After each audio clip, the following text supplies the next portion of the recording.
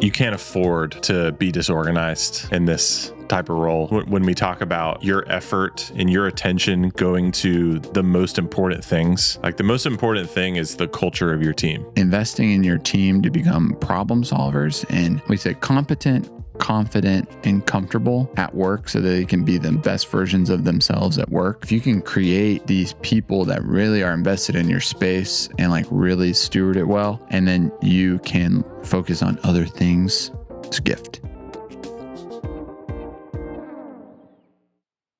What's up, guys? Welcome to the Valor Coffee Podcast. Woo, woo, woo. I'm Ethan. That's Ross. We sat down and talked about our feelings today. Just kidding. Well, kind of. We got into work-life balance. How much can you expect to work if you start a coffee shop? Some people get into it and they're like, I want to work 20 weeks. Some people are like, I'm going to pour my heart and soul on the line for this thing. How long can you expect to go at a certain pace? How many days a week are you going to work? We kind of just jump into it, share from the perspective of our story, our time starting 2 cafes. Man, I hope it's awesome. Hope it's helpful learning. And this program, of course, is brought to you by Flash Quotes. Take it away, Ross. Yeah, Flash Quotes is a one-stop shop software asset enterprise for specifically coffee catering. And man, that's got to be my favorite thing about it is such a niche piece of software just for coffee caterers. Just for you. The people at Flash Quotes really believe in the future of coffee catering. They really have seen how viable of a business it can be. And so Flash Quotes just puts all this infrastructure around your operation. It starts with embedding a lead intake form on your website, which makes it way easier for people to get in touch with you and like get you the details of their event. No more like DM me for a quote. No more email me for a quote. They're going to fill out this form and then it sends all of that information, the guest count, the address, all those details, sends that information to your database on, the user side of Flash Quotes. You can quote them. It all looks beautiful, very official, very professional even. Once they book, because they do, it goes into your booking side of Flash Quotes, and then it has this whole like internal facing team aspect of it that makes it really easy for your team or you to like plan the event, get there on time, have an itinerary, have a checklist. The first time I toured it, I was just blown away. Did you cry? I may have thought of considering shedding a tear, but I didn't. Sheer beauty of Flash Quotes. The sheer just beauty of this program, the software. It was a great. It's just. We only have sponsors on the podcast if we like really believe in the product and use it ourselves. And I'm telling you, it revolutionized, especially our coffee catering side of our business. It makes me happy to book events instead of like sad and stressed to book events because it just puts so much structure around what we do. I guess the question is, do you want to revolutionize your coffee catering business? Yeah, that's the question. That's what everyone's asking. And if you're interested in learning more, go to flashquotes.com/valor and you'll go to this webpage. You see this webpage on my phone? Zoom in on that. So yeah, book a call with them. Gosh, their website is so good. It's so beautiful. So yeah, check that out. It's going to really help you out. Without further ado, let's get to the program. Good morning, Ross. It's a great day to have a great day here at Valor Enterprises. My name is Ross Walters. And I'm Ethan Rivers. We are so grateful to have you on this day's episode of this daily weekly episode. The daily weekly takes on the Valor Coffee Podcast with your 2 hosts, Ethan and Ross, not Riley. Riley, he pulled some late nights doing that Weber podcast, late nights prepping. That bombshell podcast? Yeah, late nights like doing it, late night debriefing. He's up so late, probably like past 10 p.m. Easily past 10. Which is insane. I don't even know, hopefully he was home. He didn't have to drive in the dark. Dude, hey, look, people care about our personal lives. Yeah, they do. You play basketball now. Yeah. You had a game last night. I did. Went down to the wire. Did it go down to the wire? Yeah, well, we were just kind of like 6 to 12 points ahead the whole game. I think it even was tied at one point. Oh, wow. But we were able to pull away just at the end of the second half. And, I was blessed enough to have Timmy by my side. You know who you are, Timmy. Timmy. Thank you. Works at Elliott, longtime friend of the program. for that matter. And he decided to make an appearance for this game because we only had 4 players. Wow. So he was our 5th. What would have had happened if there was just 4? We would have just played. And just figured it out? Yes. That's awesome. Yeah. I didn't tell it to his face, but I was telling someone else. I said, Timmy is everything that I can't be for you and a friend, in that he is taller and he's really good at basketball. And I'll try to get taller, but I'm going to keep trying to get better at basketball for you. There's some stretches and like supplements you can start, some machines, a supplement stack. Okay. That you could start, cut. How are your sports this morning? Yeah, tough loss this morning. Thanks for asking. So Ross is basketball. I'm ultimate frisbee right now still. I got a really big block right there. I don't know if you see my purple finger. That's gnarly. I've really been trying to lean into defense. It's such a more humble position. But my skill set is throwing it very far, which is a very arrogant position. So I'm trying to become a more balanced player. So focused a lot on defense today. Got some good blocks. Try to be in the right place, right time. Put the body on the line. Absolutely. It was a lot of fun. Speaking of personal life / business also, we are making a trip down to a wholesale partner in Florida, Bunkhouse. West Palm Beach, baby. You ever been to West Palm Beach? No, I haven't. Maybe we could get some tanning lotion, the Palm Beach Tan, I think. Tanning lotion? Or is that a tanning salon, Palm Beach Tan?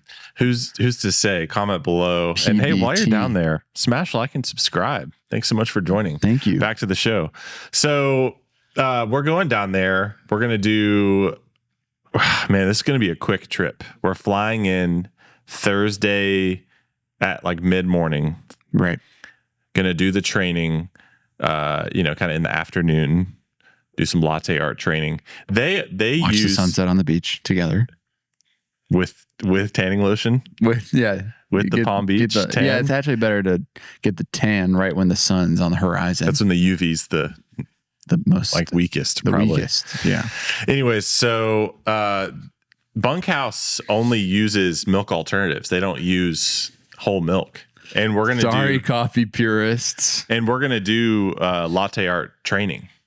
So that should be interesting. Like what brands do they use? And you don't know that yet? I don't know what brands they use. No. Please use Minor Figures Organic. That's what I'm used to. We'll see. So that'll be fun. That'll probably be your domain. Thank you. Yeah, thanks for the opportunity. I do get reps with alternative milk. I'll just be like, yeah, of course. You just got to let it sit. You got to let it sit. What do you mean? When you steam up whole milk, they're like, then pour it immediately. Like, let it go. You keep it swirling. Inversely, for moi, I think I heard this through Cat and Cloud. Funny enough, but once you've steamed it, kind of letting that pitcher just marinate for 5-10 seconds, maybe a good opportunity to just clean the steam wand, make sure your cup's prepped, welcome someone into the space, do a little hit the gritty real quick, and then tap, swirl, go for it. And that helps with latte art. Helps a lot. For me. Well, maybe that'll be like our magnum opus revelation to the team. Like everybody's having a hard time, and I'm like, guys, let's just gather around. I have a bomb to drop right now. You like let it sit for 5 seconds, and they're like, we tried that. We know. Then it didn't work. So that should be fun. We're flying back in Friday morning. Going to go to a daddy-daughter dance that night. I'm not going to be there. My heart can't handle it. Are you even ready? I don't know. Is it in the gymnasium? The gymnasium? No, it's at a church that we're not a part of, but there's a daddy-daughter dance and Giselle's friends are going. So it's going to be epic, but wow, that's neither here nor there. You're going to cry, dude. Maybe. It's good to cry. Yeah. Yeah. The travel's real the next couple months. Yep. Did we say that we're going to Colombia?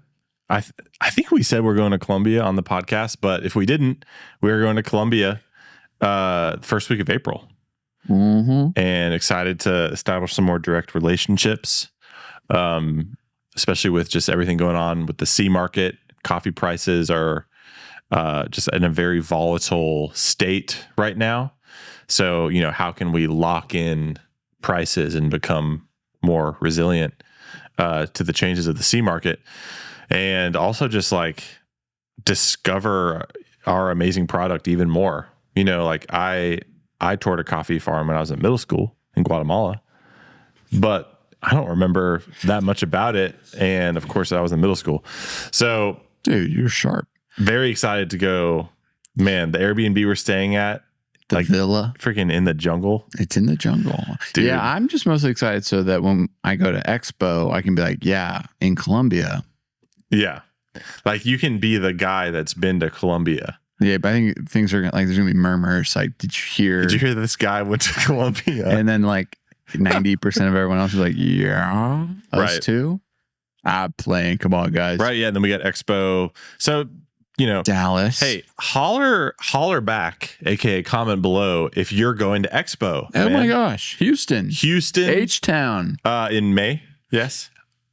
I think it's the last week of April. Like I know on my personal calendar, we're kind of like going to be there with travel the 23rd to 28th. So Okay. it's probably more Friday, Saturday, Sunday of that week. But Yeah. I think it's going to be litty. Yeah. It's going to be awesome. I unfortunately won't be there. I have a family wedding to attend. But man, I'm so excited for you guys to You'll go. be there in spirit. For sure.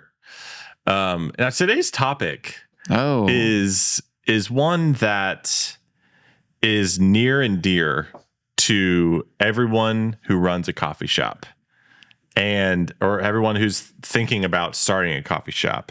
yeah. Maybe even more important when you're considering getting into something. Right.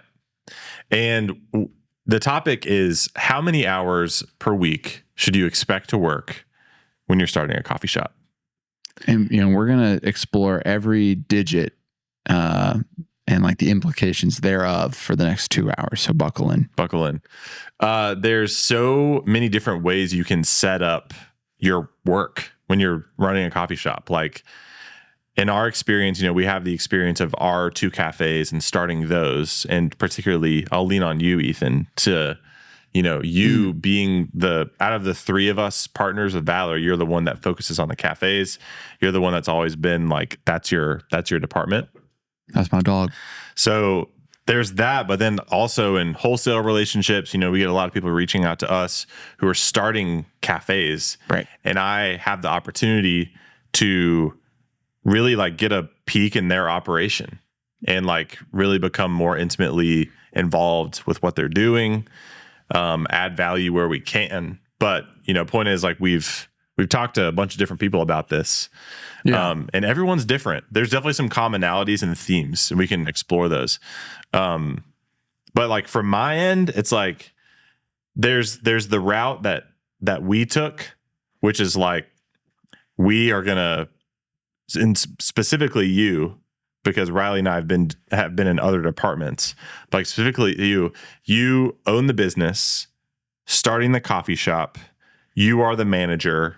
You are the operator. You're also working on bar a lot. Right. And it's like, yeah, this is your thing. This is like kind of like the only thing you're doing in your life besides like Frisbee, friendship, marriage, family stuff. But it's like, it's taking up a lot of your time, right? Sure. So we can explore that. There's also, I've seen this recurring a good bit of like people that are potentially later in their career. They've done other businesses. They're maybe running other businesses. They have experience in tech or finance and they're ready to get out of the corporate world and they're like wanting to like invest in their community more, or they just like coffee and, like they want to open a coffee shop because they just want to. Mm-hmm. Or maybe there's an opportunity that comes up and it's like, it's too good to pass up or whatever. Turnkey. A turnkey opportunity. And they, yeah, I'll take some coffee. Let me just swig this real quick. Riley made us some coffee on the Weber Bird earlier. That thing looks crazy. Yeah, that thing was smooth. Y'all ever seen the Weber Bird? It's like a French press, but it has this agitator, spinny, spiraling mechanism. What creates a vacuum. Creates a vacuum. Sore subject. but it also it like filters up. It goes up, but not out. You know what I mean? That's the cool thing about the bird. It goes up, but not out. Hey, just real quick. You know how sometimes like, let me just grab this mic. Like podcasts have merch. Yeah. I've always thought that it's pretty lame. But comment below if you have, this is such a self-indulgent thing to say. What's your favorite thing that we say that like, you like? If we were to have podcast merch that has like phrases on it, or like, you know, the real ones that have been listening since Coffee Sometimes days, any podcast merch ideas, please drop them below. Yeah, that's a good idea. Thank you. And good night. So back to this other kind of setup where you have someone who's starting a cafe. They're not necessarily like, okay, I'll just put it plainly. There was a time in our careers where we were working somewhere else, like before, while we were starting Valor. And there's these dudes that bought this cafe, right? And they like all lived in the area. They all lived in the area. They all were around the same age, and they're buddies. And I think they played basketball together. Yeah, I think that they sort of had this idea of like, wouldn't it be so fun to have a restaurant and a cafe? Like we could hang out there with our friends. You know, we could go there and sit and with our wives and, you know, drink wine and cappuccino and pastry and just kind of hang out like but it's our place, you know, like it's our spot. And what we witness happening is that the cafe sucked them in with its tentacles, with all these different, you know, fires that needed to be put out. And man, I think that taught us a really valuable lesson watching that. And we still lived it later too. Right. You know, a lot of the same things that caught them caught us. Absolutely. Yeah. Just like oversights, like, hey, we didn't think of that. Or, you know, there's things, unexpected things that happen. Someone has to be there to take care of it. Right.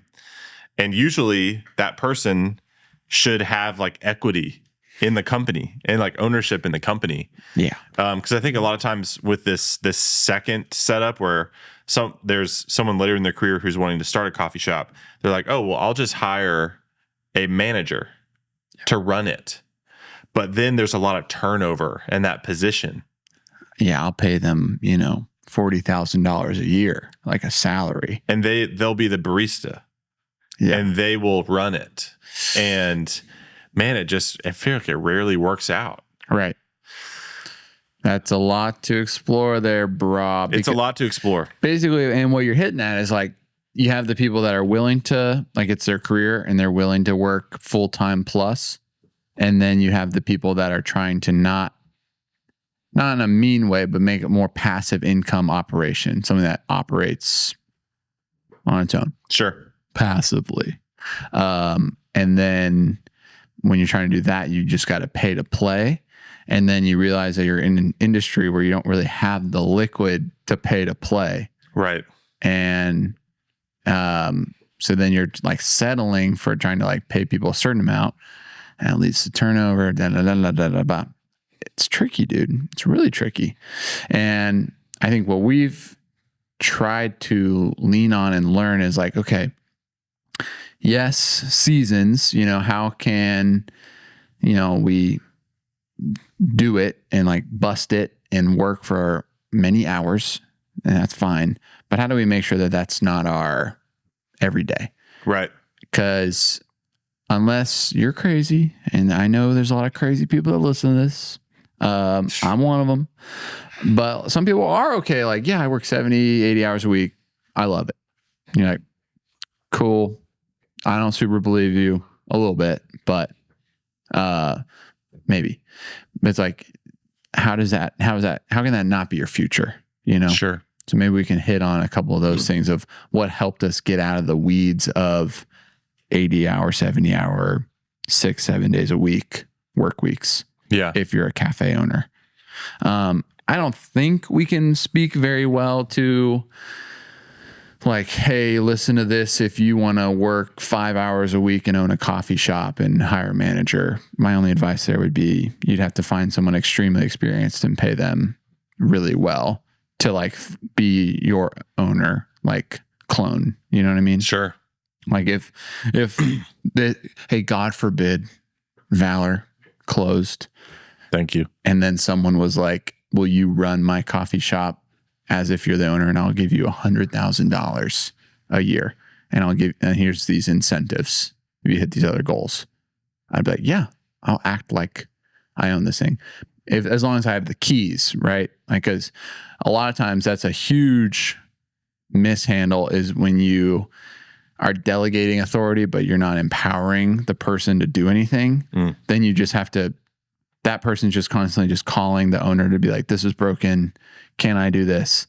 This person called out sick. Can I do this? Can I do this? But you just have to let someone rip, you know? Yeah. So let's go back to when we first started our first cafe. And you are, I don't even know if we had the term head coach at that point. Did we? Who's to say? I can't remember, but you were the head so coach. Long ago. That's what we call the GM at Valor, in case you don't know. And so you were the main guy. How many hours? Well, maybe don't think about it like hours, like days per week would you work? It would be like 6 or 7, 6 right? to 7, yeah. Yeah. Yeah, because I'm pretty sure I was just scheduled 5 days on bar. And we had a really small team. And then if everything ran absolutely perfectly, maybe I could get done all of the like admin and ordering and scheduling and tip log and deposits and bank runs and grocery runs around, like before and after the 5 shifts. But that was not a reality. And I'd, end up picking up shifts or covering for people, or something would go. What would really happen a lot is maybe everybody's there, but there's a problem that only the owner can fix. Yeah. Like a refrigerator breaking, and that's a huge, I don't have to dive into it. I'll answer your question and say 6 or 7 days a week. Yeah. 6 or 7 days a week. And so there was such little margin for you. Right. Because the bank account wasn't floating at $200,000. Yeah. It's like, and that's a huge part of this too. And when it comes to someone that wants to be in passive ownership too, is like, you can just feel how thin the margin is while you're staffing a place. Like, you ever walk into one of our shops and it's slow, and it's just one of those times we have like 4 people on bar, and you're like, what's happening? How did this happen? But like, you don't want just like 1 or 2 people there, because you want to like prepare for the thing that you have, or like the thing that you want and the thing that you can handle. And I think we talked about that in a past episode, but like, you want to staff for the place that you think you can be, not the place like you can like survive in, because when you get hit with a rush and there's 50 people and you're solo barring, it's like, how many of those 50 people are going to ever consider coming back because of it took 45 minutes? Right. And so I think especially in the beginning, you're so unwilling to like, let's just hire another person. And I think we carried a lot of that weight in the beginning. And I'm sure the listeners could agree to that. It's like, it's a big decision, especially early on, to hire somebody. Absolutely. Because you're like, the people we hired in the beginning too, one was about to be a dad and one was a mom. And it's like, one guy's trying to like make his way and like start having a career for himself. And it's like, oh, we're going to be cutting these checks, we don't know what's going to happen. Right. So I think we put ourselves on the line a lot. I'm like, well, hey, I'll just work this shift. I'll just work this shift. And then it's like, oh, well, I also have to get this done. Oh, and I need to cover this.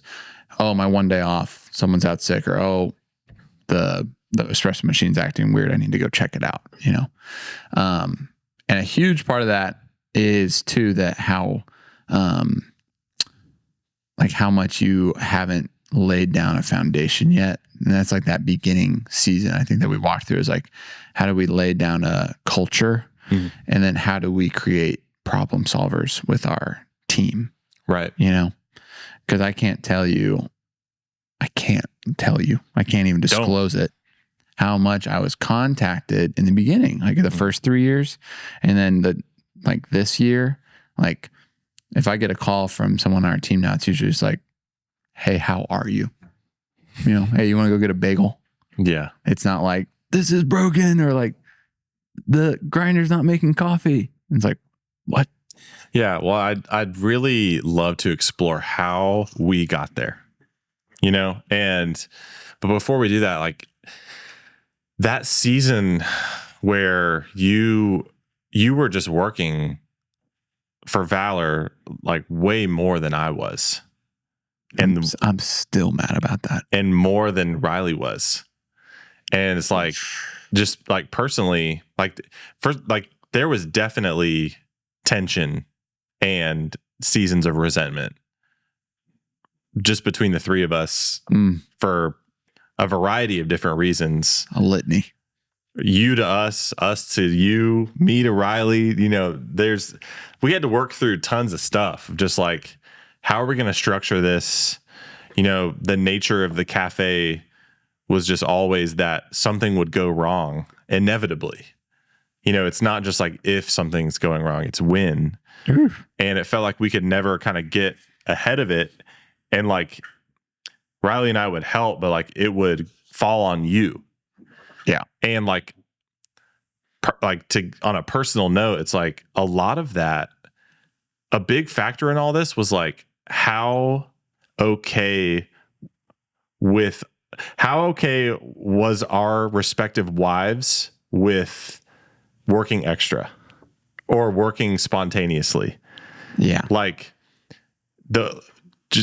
your wife, Meredith, hey, love her, was always like, she sacrificed so much, and I should take her out to dinner for that. You should take her out to a steak dinner.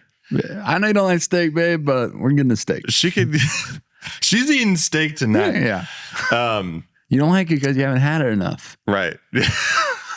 We should have to keep ordering it. That's funny. A hypothetical proverbial steak dinner. A figurative steak dinner. That's the word I was looking for. Anyways, she sacrificed so much. What does that conversation look like? Where it's like, hey, babe, it happened again.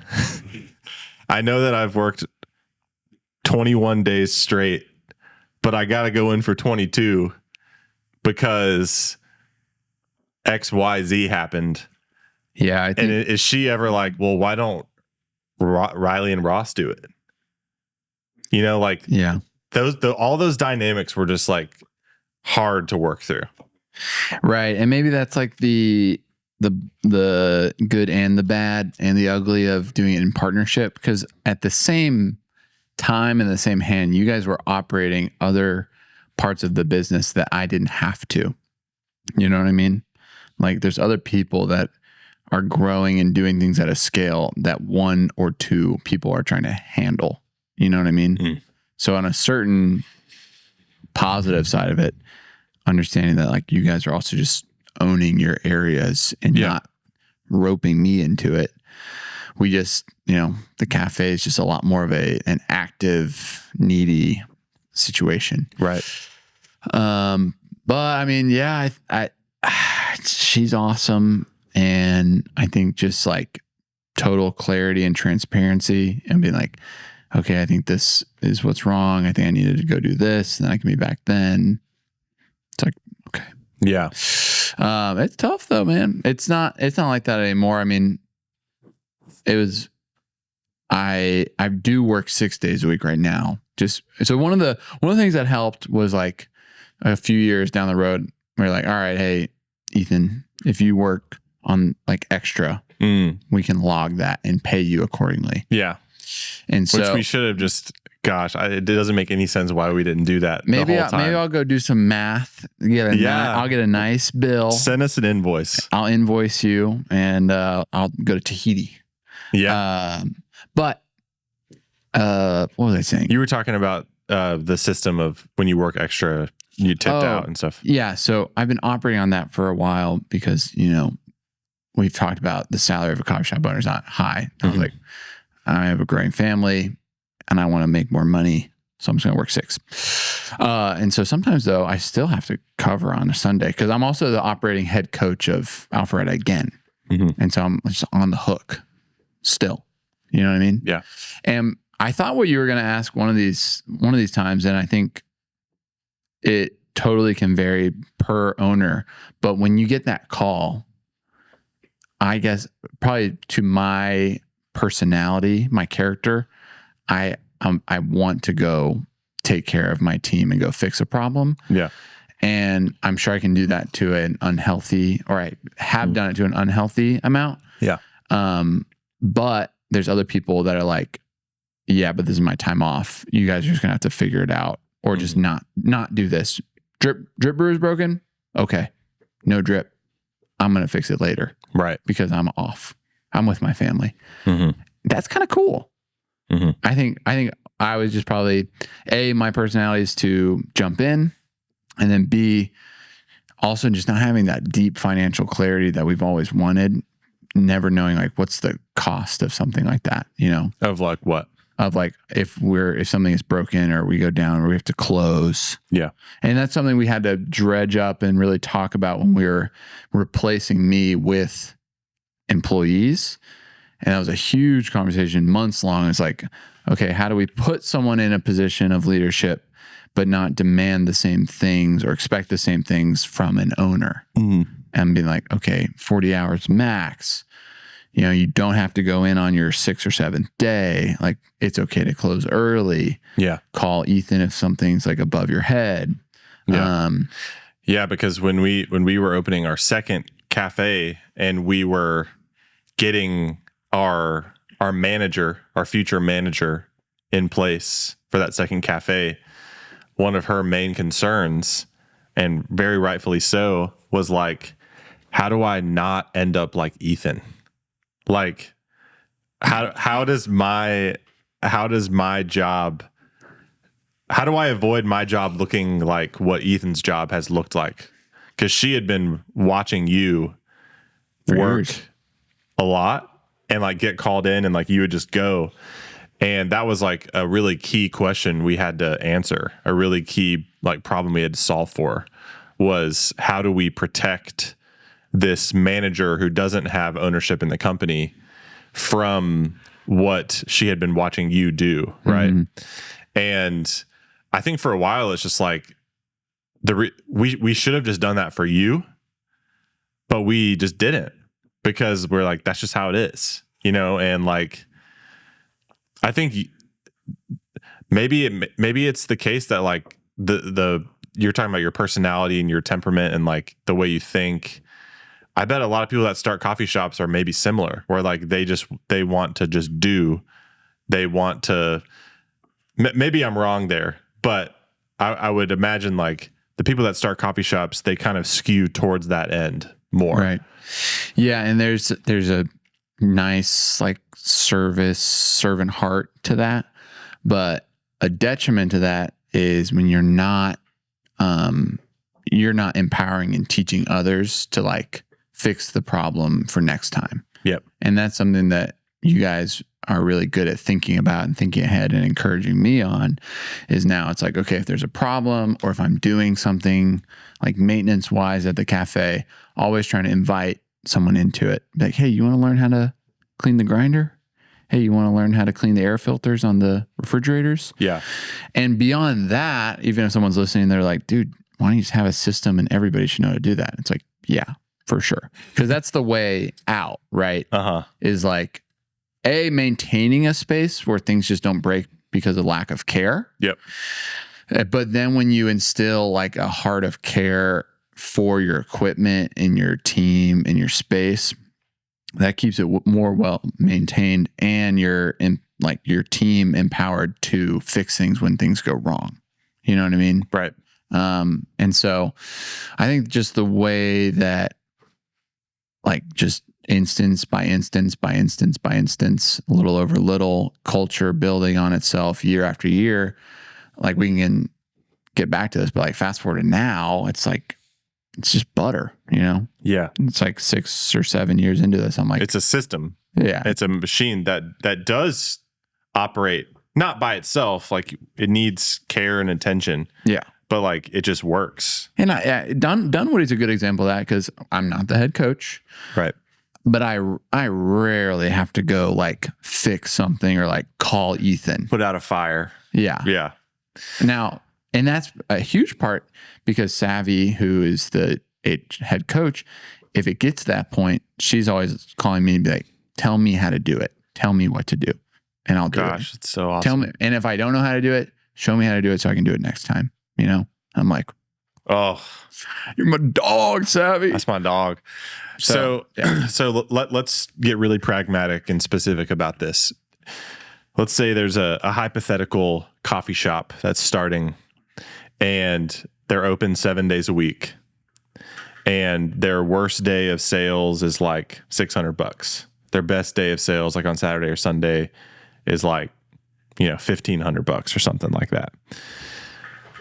How much is that owner working? Year one? Year one. How many people are on the team? Because I'm just kind of describing Alpharetta a little bit. Like, sure. Our floor of sales was higher. Yeah. Because we had been in a pop-up format in the same building for almost 2 years before that. Yeah.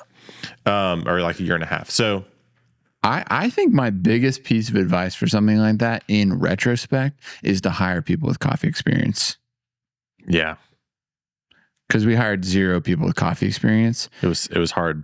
And that meant that any problem was a very foreign thing. Yeah. And like there's obviously baggage to hiring people with coffee experience. Sometimes it's just like absolutely flawless, shout out Reba. But then sometimes it's like, oh, I do it this way, or like this shop did it this way, and blah, blah, blah, whatever. I'm like, hey, dude, you should just work through that and hire some people that they can hold it down when you're gone. Yeah. Because we have these positions, expo. You have to be you have to pour latte art basically. And we were basically expecting, we started in a place where nobody could even do the full scope of their job. Yeah. When we opened. So it was like either you or me or Riley. And he was working behind the bar. Yeah. So it's like that you're going to work a lot. You're going to work almost every waking hour of the shop being open, and then your admin, if that's the case. Do you think it's possible for a sole proprietor, a sole owner of a coffee shop to work 6 days a week on bar and get all their admin done on the managerial side when they're not working on bar? On those 6 days? Like, that's probably a lot of people's reality. Right. But it's not sustainable. Yeah. Unless, and we've talked about that before, but like trying to understand your gifting and like, what do you need to do if you're a sole proprietor, whether that's like working with a bookkeeper or someone to do your finances so that you can just send expenses to, and they can send you reports, or if it's, because there's a lot of ways to systematize admin, because I do think it's really epic for an owner to be behind the bar. Yeah. And to be like the leader of the team. Yeah. But like a lot of other stuff has to get done. Right. So finding that middle ground of like, yes, you are behind the bar. And what I've always found is it's great to just be buffer too. Like, when you're worried about hiring too much, like you should just be that too much on bar, where you can slide off. But that does come with different strings attached as far as like sliding on and off, can create this like, I can't trust this person to be here, because they're gone. And then next time they're in the back, then they're running out to get something, So let's list some other hacks for this hypothetical owner that is, they are like the best barista there, right? And they're also like the team lead for, the culture setter for their team of 3 or 4, 5 people. Like, what are some admin hacks that they can do to maximize their effort towards the most impactful thing. You mentioned bookkeeping, having a bookkeeper. You're saying send expenses, keep a log of all the receipts that you have from all your purchases, right? And then categorize them into a few different categories. Yeah, I think taking a time on it is a great place to start. Understanding like what is taking your time. Is it like, are you building out the schedule on a Google sheet and you're just spending way too long on that when you could just be creating templates on like an app, I think our software episode would probably provide a lot of what itch can be scratched with different tools. And obviously some of those tools cost more or less money, but I mean, a to-do app just absolutely saves my skin. Cause the reality is for like someone operating a cafe, it's tiny stuff but it's tiny stuff that accumulates in your head and then you get stressed and then you like operate from a place of stress. Right. So if you can just be like, buy 12-ounce iced cups, order honey tomorrow. And it's like, okay, yeah, I'm going to do that when I have time. Man, you can't afford to be disorganized in this type of role. Right. Like when we talk about your effort and your attention going to the most important things, like the most important thing is the culture of your team. Yeah. The health of your team. And that's what I was going to get at as far as like, it seems like one of the hardest things, but investing in your team to become problem solvers and we say competent, confident, and comfortable at work so that they can be the best versions of themselves at work. And a lot of times that unfortunately has to happen on like, hey, let's stay after close and just practice latte art. Yeah. And there's that commitment on the front end. But if you can create these people that really are invested in your space and like really steward it well, and then you can focus on other things, it's a gift. But if you're always like, well, I have to be here so I can do the latte art, and then like that's it, you're not like bringing up someone behind you constantly. Yeah, it gets unsustainable really quickly. I think another hack for this person, we were just talking to someone about this. These tasks, these inventory tasks of ordering and taking inventory and kind of like everything besides doing the schedule and doing training. Mm-hmm. Those are very simple tasks that could be done probably by one of your baristas. And you don't have to pay them as a manager to do those tasks. Right. Like just because someone is doing an off-bar duty, like ordering milk, doesn't mean that they are worthy of a salary or doesn't mean that they're worthy of a higher hourly rate. That duty, maybe they are worthy of a salary, but that position it's a very simple task. Maybe they were worthy of a salary if they were working somewhere else. That's right. That's what I meant.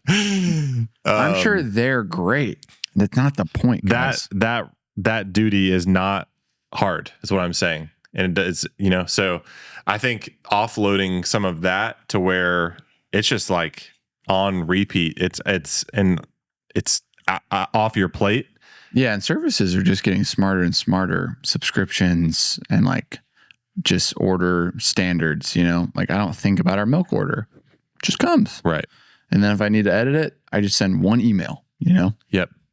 And then like with our Odeco services, like our distributing, you can just set it up and it comes. Right. And so eliminating those off-bar tasks. Now, understanding like the financials, I think usually getting third-party help is epic unless you're Schmoove with it. Austin, and that's your background, then you should do it because it's probably really helpful for your whole thing. But I think on that note is like systems is just the main thing, making systems, and then you can activate people on your team to walk into that, It'd probably be one thing if you're like, hey, Ross, I know you work with me behind the bar, but on Mondays and Tuesdays, can you do ordering? And you're just like, what does that even... Ordering, yeah. You're like, just order stuff. But it's like, hey, here's this system. Yep. Just go through these steps. Watch my loom. Yeah, a loom. Looms are sick. So anything else on your mind for like this like startup phase?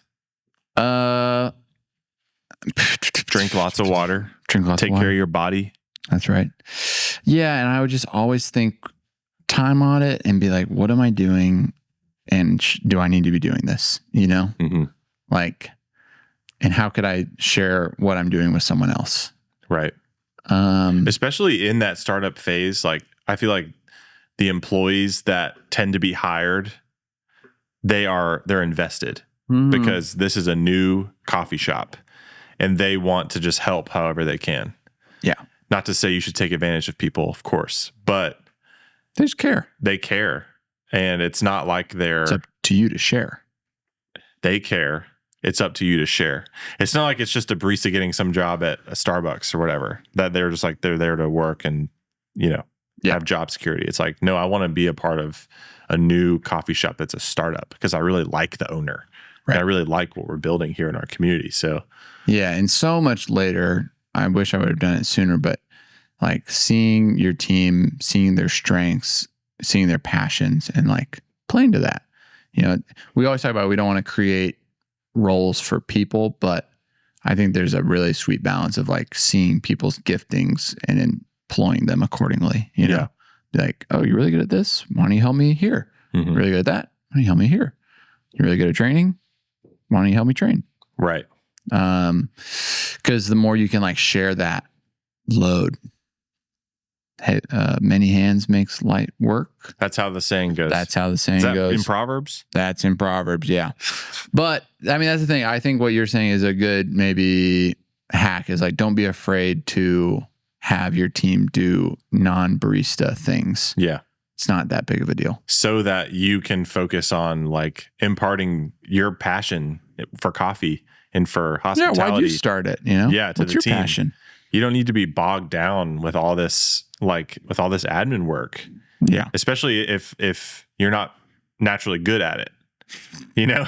Like, sure, guilty. Not everyone's going to be naturally good at that. Yeah, and fast forward to now too. Like, I do the 6-day thing for my own desires, but like I do work still constantly over 40, but that is not because of like the cafe. It's because of that. And I didn't know if we were going to go here, but you know, something we talk about is like, it's one thing to sustain a thing and it's another thing to grow a thing. Absolutely. And so I think, you know, we're absolutely ripping. I'm doing these monster days in a row of working. And then 2019, my son was born in 2022, the end. And it was like, so that's over 3 years after the cafe's open. And that was like, there's probably a mix of Dunwoody's going to start opening. So we're like activating 2 managers. I'm about to have a family.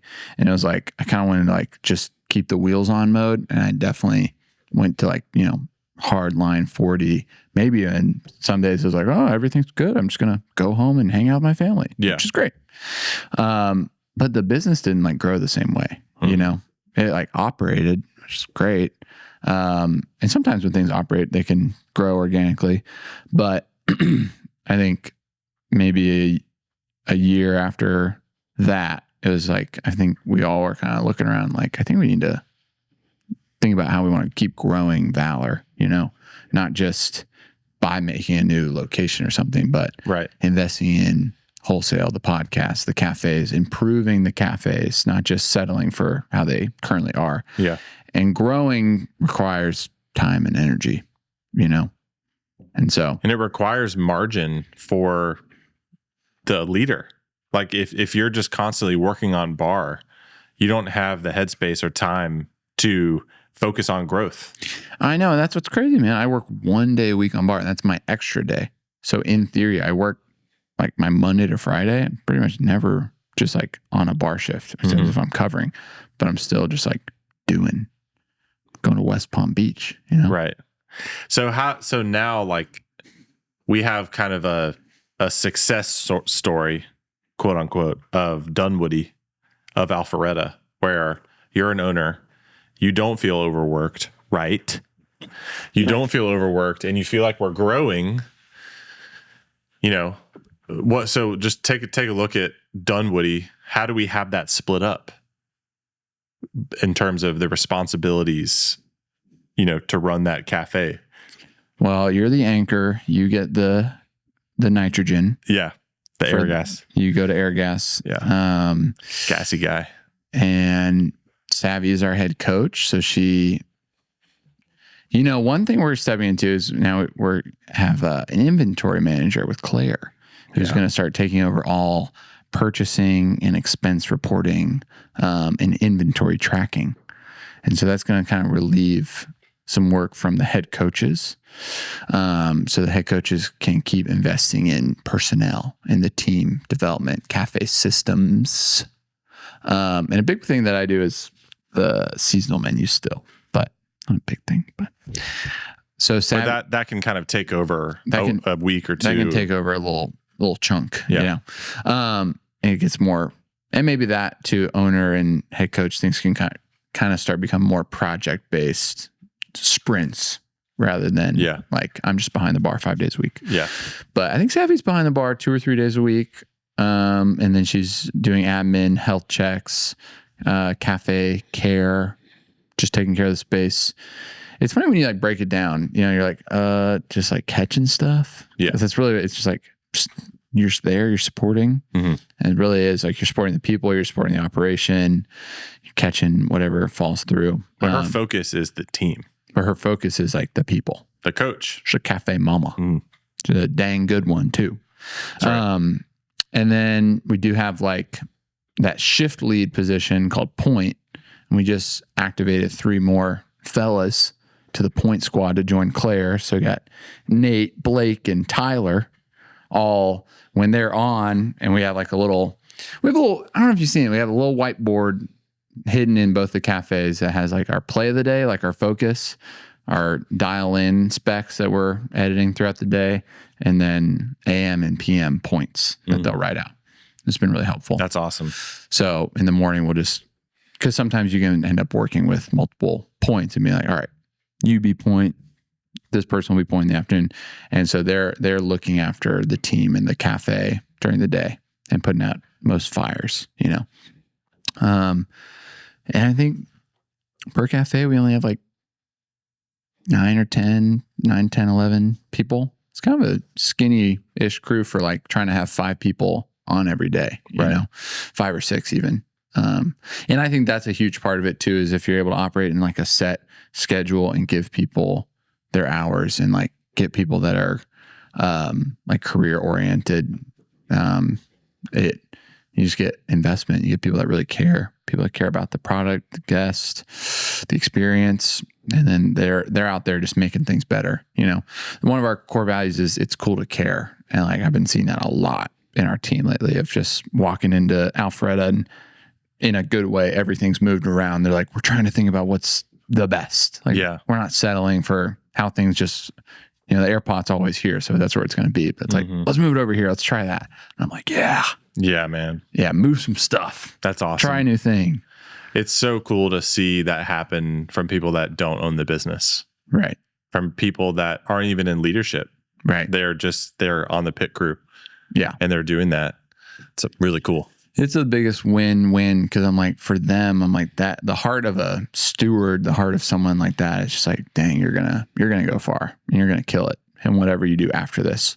And we're just reaping the benefits of letting you play here, and like just ripping. We haven't even talked about hiring, just the amount of time that can take. Interviewing and training and fielding stuff. The better your culture is, the lower your turnover will be, and the less you'll have to hire. And the more clearly you know how someone fits into your thing, Yeah, so hiring just takes less time. Right. I mean, here's just a really easy example, having a system for hiring. Yeah. Instead of just hiring people or putting it out on Instagram, just like, hey, we're hiring, and then all of a sudden you're like manually replying to all these people. Like, you could just have a copy and pasted response that starts the conversation. And then, we have a list of screening questions that can eliminate a lot of the candidates. Not that they're bad guys and gals, but just that it's good to start with logistics. Logistically, they don't fit. They don't have the availability. They live too far away or whatever it is. So start with that. And then you're just left with figuring out if this person is a good culture fit. Yeah. So you're just being more efficient with your time. Yeah. And it helps them out too. Because if you're just like sitting on all these waiting to figure out what to manually say, you're wasting their time too. 100%. 100%. But hey, man, let's keep growing this thing. Let's have some fun with it. Yeah. Let's go to West Palm tomorrow. You, me. Tomorrow, man. West Palm. What could go wrong? I don't know. You know what's going right around here lately? SEO. Yeah, SEO, search engine optimization. It is going right. One of the sponsors of the podcast, Localize. If you haven't heard us talk about it already, Localize are actually some good friends of ours that run an SEO company. And the best way I can describe it is they speak Google, like the language of Google. Or whatever search browser, Bing. DuckDuckGo, Bing, other ones, other like whatever. Right. So they can help you rank higher your website.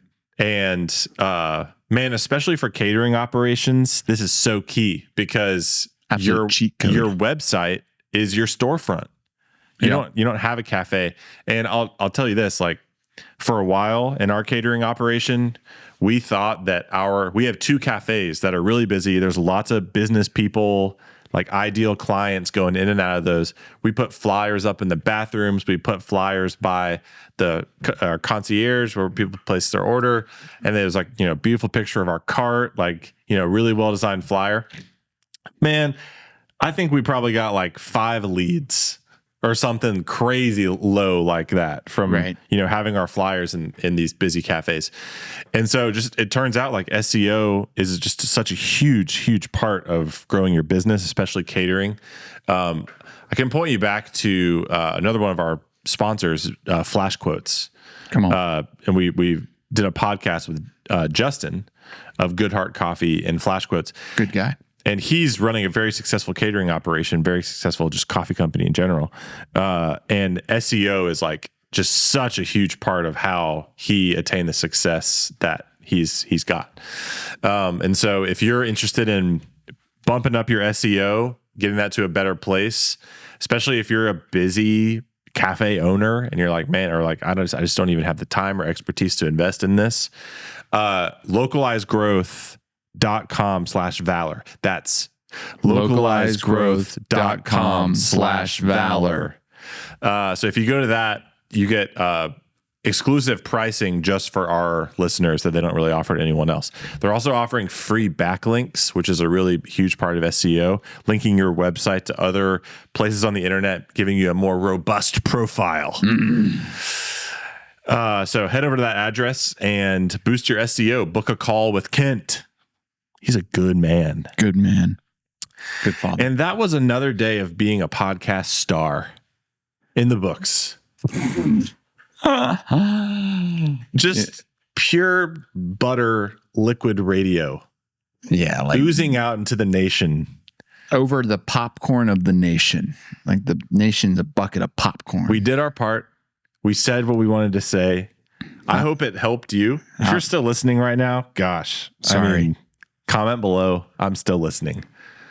And if you haven't subscribed, can you please subscribe? It helps our SEO. Darn it. When people are looking up coffee podcasts near me, Yeah, especially the near me part. Yeah. This has been a podcast. Thank you. Thank you.